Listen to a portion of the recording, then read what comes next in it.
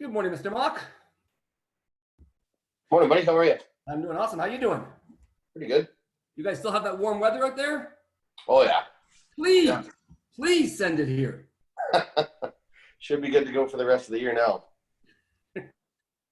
You guys still cold out there? We're still on at 7, and then in the afternoon gets about 12. So, yeah, a whole lot more cooler than I want. There's no question about that. Good morning, Jen.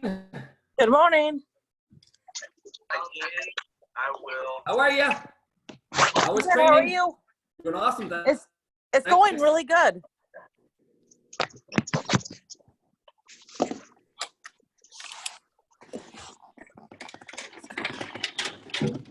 Excellent. Good to hear it. Good to hear it.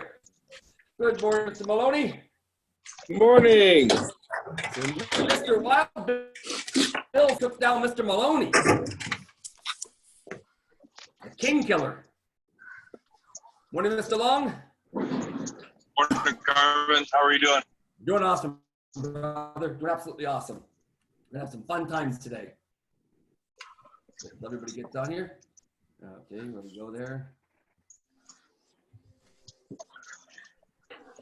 Oh. We asked.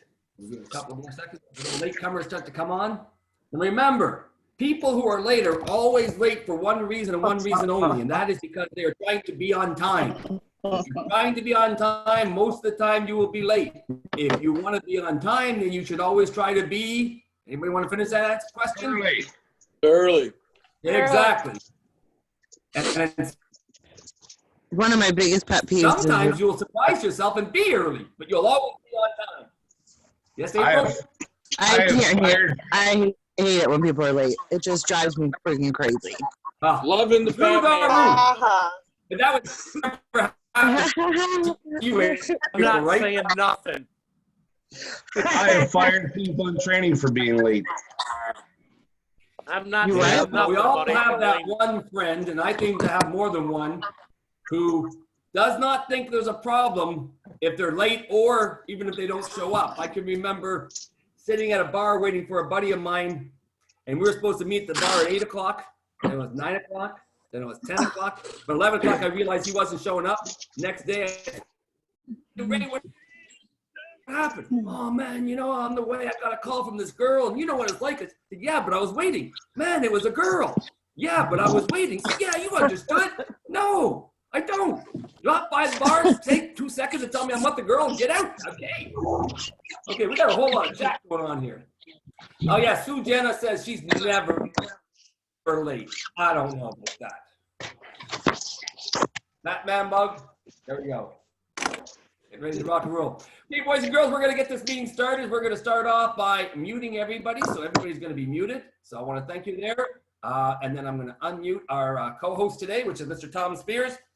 We have a really great quiz today. The quiz today is going to be on product knowledge, and there's 22 questions.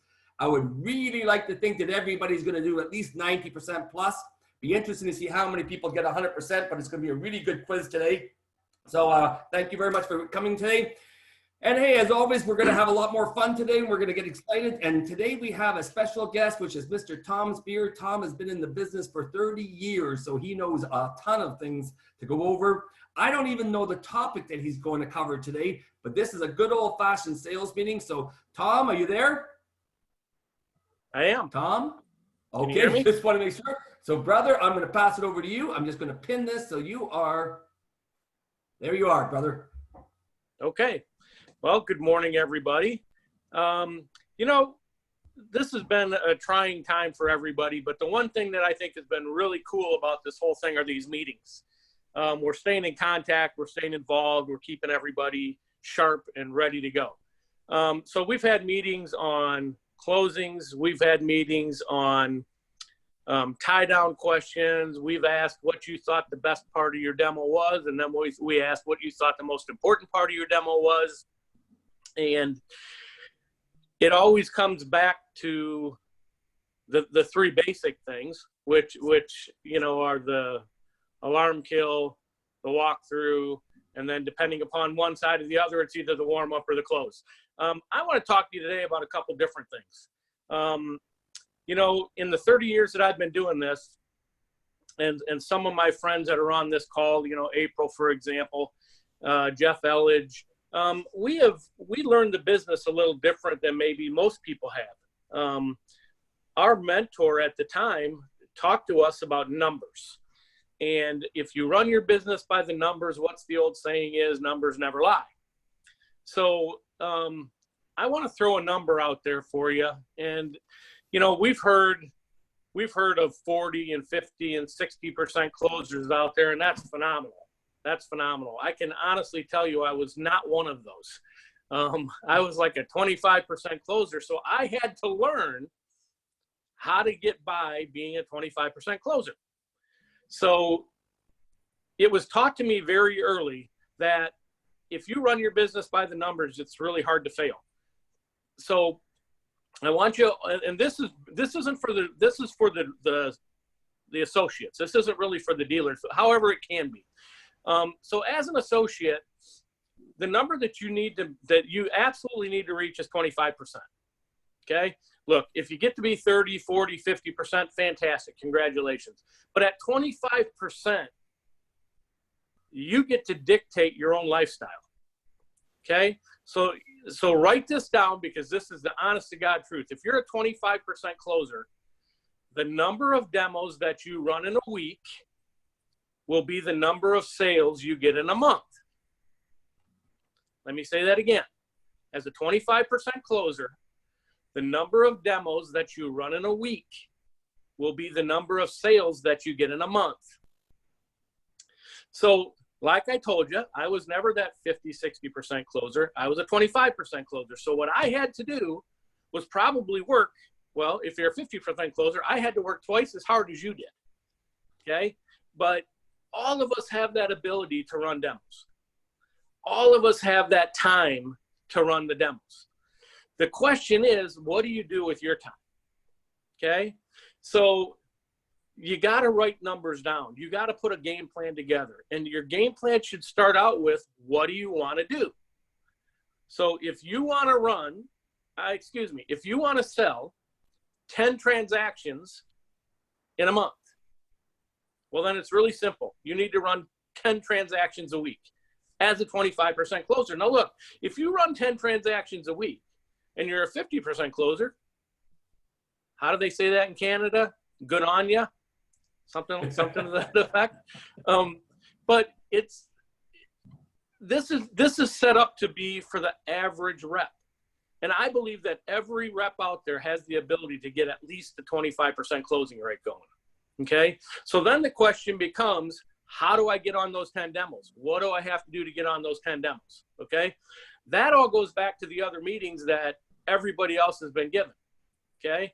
Whether you're getting a lead from your dealer, whether you're working the referral program, whether you're working the InstaSet program, any program. But here's the common thing that you got to think about. If you replace every demo with another demo, you'll never want another demo. Think about that. If you replace every demo, I'm not saying that you have to get 10 or 15 more leads or more demos out of an appointment. I'm saying if you replace every demo that you go on with another demo, you'll never want another demo. And that's the way you need to think about it. So look, does it take us 10 names to get one demo? Probably. It probably does. But if you know that, and you know that it's going to be replacing the demo that you're just on, okay, then get 10 names. And I agree with what everybody has said in all of these meetings when they talk about getting leads. The only reason you don't get any is because you don't ask.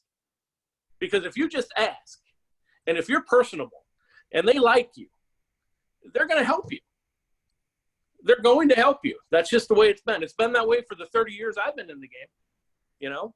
So I just think that it's really important that you figure out what it is that's going to take you to replace every demo that you run with another demo. Okay? Now, let me get to another point of this. Okay. Have you guys been watching that Last Dance with Michael Jordan? Okay. Well, last week, MJ said something, or he was quoted that he felt like he had an obligation. Okay. He had an obligation to not only his family, for the livelihood, but he was talking about the obligation he had to the 20,000 people in the stands and the millions of people that watched every basketball game. It is that his obligation to them was he felt it responsible to go out and give 100% every time that he was on the court and on every game. He didn't take time off. Okay. So I want to talk to you about your obligation. Okay. Now we all know we have an obligation to our families. Okay. And we didn't get in this business to just get by. We got in this business so that we can make a lot of money, have a different lifestyle, and be able to do the things that most people want to do but can't. Okay. So here's what I think your obligation is. Your obligation number one is got to be to your family. Your obligation number two, it should be to whoever it is you believe in, the Lord, whatever. But here's your third obligation. When you're in that home, you're obligated. They're giving you the 2 hours that you're asking for. You're obligated to give them 100% of the demo when you're in there. No shortcuts. Because we don't know. We don't know what it's going to take, what part of that demo it's going to be in order to get those people to say yes. So if you cut out anything, okay, if you cut out anything, then you're going to cost yourself an opportunity. Now, that opportunity could just be maybe it was a part of the demo itself, or it could have been just going through the book and asking the questions. Bruce had a good meeting yesterday about buying questions. And I think that your obligation to that customer is to answer all of their buying questions. Now, you might think of them as excuses. They're not excuses, they're buying questions. When somebody asks the question, well, what's the interest rate? That's not something to shy away from. That's a buying question. They wouldn't be asking that question if they weren't interested. Okay? They wouldn't be asking any question when it comes to number of units or water sensors or any of that stuff. They would only ask those questions if you had created some interest. And I think you would all agree with me on that. So your obligation to those people is to get them to ask those questions. Okay? So you do that 100% demo. You give them everything that you got. Okay? It's going to be really hard for them to say no. Now, again, remember, I was a 25% closer, so take that for what it's worth. But here's what I remember.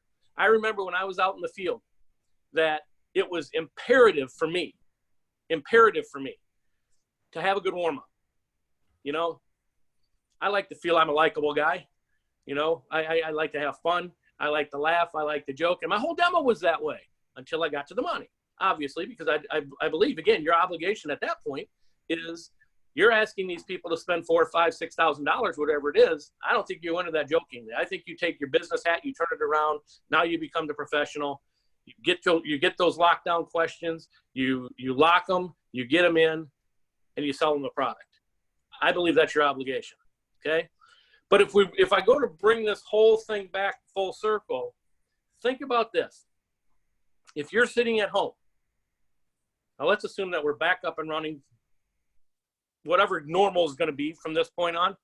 But if you're sitting at home, then your obligation to your family isn't doing you any good. I mean, look, there's times that you should be there, but I'm talking about time where you should be working. Okay. The time that you should be on a demo, the time that you should be doing something. Look, here's the thing that I know is that if we gave this an 8-hour day, for example, like if you went to work, our big factory here is John Deere. So if you went to work at John Deere, they expect you for 8 hours a day to do your job. Okay. How much time do we put in? Honestly, you got to ask yourself that. Now there's some people out there that work their tails off. And you know what? Those are always the people that are on the charts. Those are always the people that are in the magazines. Okay. It's easy for us to make excuses not to go to work. It's going to be really easy for us to go out to that home that we're getting ready to go to and have that customer balk us at the door, right? Because they don't know if we have the coronavirus. We don't know if they have the coronavirus. So Carmen made a great point yesterday of mask up, put your gloves on, go in there, take all of those little objections out of the way. And I'm not taking it lightly. I'm just saying that would be an objection that you can handle right at the door, right? When you get in that door, think about it like this. The people that let you in right now are buyers. They're buyers. Carmen made a point the other day that I just thought was amazing. He said, you know what? This is like us being retired with no money. Think about that. Because we can't do anything. Now, finally, look at my hair. You know, my hair is nuts. I need a haircut. Finally, in the city of Dubuque, tomorrow they're opening it up. Trust me, I'll be the first one at the barbershop. Okay? Because I've been waiting and waiting and waiting to get a haircut. These people want to spend money. They've been waiting to spend money. This is a perfect time for us to go out and use all of this information that we got over the last 6 or 8 weeks. Use all that information, okay? Put it into action and go out and make something happen. It's up to you. Your dealers are going to be there for you. Carmen's going to be there for you. I mean, our leadership, come on, guys. You can't tell me that you're not impressed with the way they've all stepped up. They've kept us involved. They got us going. They didn't let us just sit at home and pout, okay? And so I think it's our obligation to them to take all the information that they have given us and put it to use. I know I'm gonna. I know that there's some things that I've learned and some notes that I've taken and some paths that I'm gonna take a different direction on that are gonna make us successful, okay?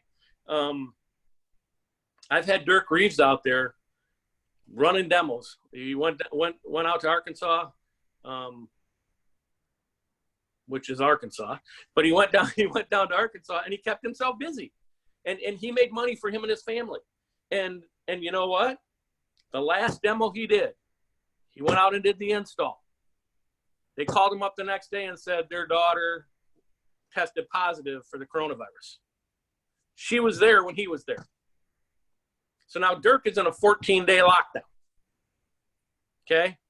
Pray for him. Hope everything is fine, because the problem with that was his family was all from Arkansas. So he went down and was in contact with his kids and his wife and all of that stuff. So let's pray for them and hope that everything comes out good on that end. He says he's feeling fine right now, so that's all positive. So there's some people that went out and above and beyond to do what they had to do to survive. I'm telling you, break this down to the ridiculous. And the ridiculous is if you're a 25% closer and you need to run 10 demos a day and you work 5 days a week because you take a week off, you take a day off. I wouldn't suggest taking Saturday off. That's a good day. But if you take a day off during the week and you work at a 5-day work week, then you need to run 2 demos a day. Where are they coming from? Whose responsibility is it to make sure that you get on 2 demos a day? Let me give you a hint.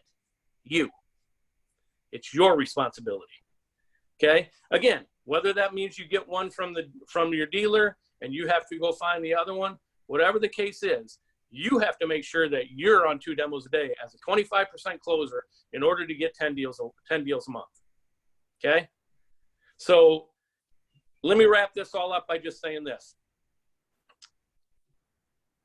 We have an opportunity here. And that opportunity isn't just about us making money. It's about offering that opportunity to everybody. I'm telling you right now, man, there's a ton of people out there that are going to be looking for work. If we don't just offer this to every single person, we should be able to double and maybe even triple the size of our organization, I believe, within the next couple of months. Because there's a lot of people out there that aren't going to go back to their regular jobs. They're not there. They're gone. So do yourself a favor, because remember, I mean, Sue Jenna talked about it the other day, that about all the money that she made as a recruiter. Okay. You have that same opportunity to make all that money as a recruiter. Okay. Ask. Get out there and ask. Give them an opportunity to say yes. Because if you just are looking at them and saying, oh, I don't think they'll do this, they're too uppity, or they're not sharp enough to do it, you know what? That's the dealer's job. The dealer's job is to help create them. Bring them in, give us a chance to do what we need to do, and let's everybody just trudge forward. You know, we've had a lot of reasons to sit back and pout. Now's not the reason anymore. Now's the time to lace up your boots, and let's all get back to work, and let's take international lifesavers. Forget about Gary Robinson for a minute. No offense to Gary. We can do 10,000 in a month by ourselves. I truly believe that. I mean, you think of the leadership that we have, and I'm not just talking about Carmen. I'm talking about Brett and April and Tom Nasu. I mean, these people are all trying to create something massive. And I didn't mean to miss anybody. So I'm old, so I can only remember a few names. But as a team, we have really gelled. This is the coolest thing I've ever been part of. And I've held just about every position that Carmen's held, except I've never been a president of a company. But this is something special. We have something special, man. And I'm telling you, take advantage of it. Everybody get your butts back to work, and let's go rock this thing out. That's all I got, Carmen. Well, thank you, Tom. That was some, you know, what you were saying there about the numbers game is so absolutely true. And it kind of reminds me what Mike Mock was talking about a few weeks ago when he was doing his interview. And one of the things that he said, is so absolutely true, is sale business. It's a number games, real simple.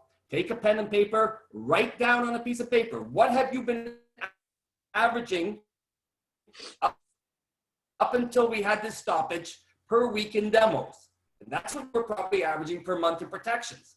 Now, we want to make up the money that we've lost, then do extra demos above what you've been doing. If you were averaging 8 demos per week, get yourself up to 10 demos per week. And those extra 2 demos over the period of the next 2 or 3 months will make up all that money you've lost over this period of time. There's nobody else who has that opportunity. If you're a car worker, you're not going to have that opportunity because they're not going to give you all the overtime you want. So we have this. If you're a dealer, you know, get a couple of extra safety advisors doing those extra demos above what you've been averaging per week in presentations, and you're going to make all this money back and so much more. Now, I do want to correct one thing. I don't think you're going to a barber shop, because if you spend more than $8 on a haircut, that's not a barber shop, that's a hair salon. I go to a barber shop. Tom, you're going to a hair salon tomorrow. You just don't want to make it sound like that. And I'll tell you, for all those young people on this call, everything that you hear us old people talk about, trust me, is going to happen to you. And I didn't realize quite how old I was until my grandson yesterday said to me, Papa, how come you have hair in your ears? I don't have any hair in my ears. So for those of you who might be chuckling right now, you will get hair in your ears today. It's all about a numbers game. Time to believe in your numbers. If your goal on Monday is to get 6 protections this week and you only plan on doing 6 presentations, it isn't going to happen. If you take the numbers seriously, they will never lie. They will never hurt you. They will only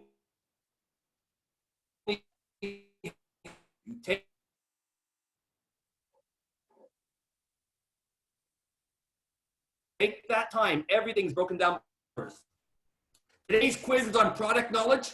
It's a 8376. That's 01308376. I want to thank everybody for being on the call. In 20 minutes from now, we will be having our first dealer training call for dealers that are out there and also new dealers to be. So it's going to be a very simple little call, just the basics on how to get started and what you should be looking for. I want to thank everybody for being on the call this morning. Most importantly, I want everybody to realize that I hear a lot of people saying that we have a lot of great leaders and those type of things. I want to tell you, every person on this call is a leader. Every person who participates in talking to other people or being on these calls is showing leadership every day. Because I want you to ask yourself this question. If I or Tom or April or anybody came on the call and nobody else was on the call, would we be staying on the call? Because you're leading us. By you being here leads us, and that's what makes a big difference. So I want to thank everybody. Let's have a fantastic day, and we'll talk to everybody real soon. Have a great day. Thanks, Tom. Awesome job.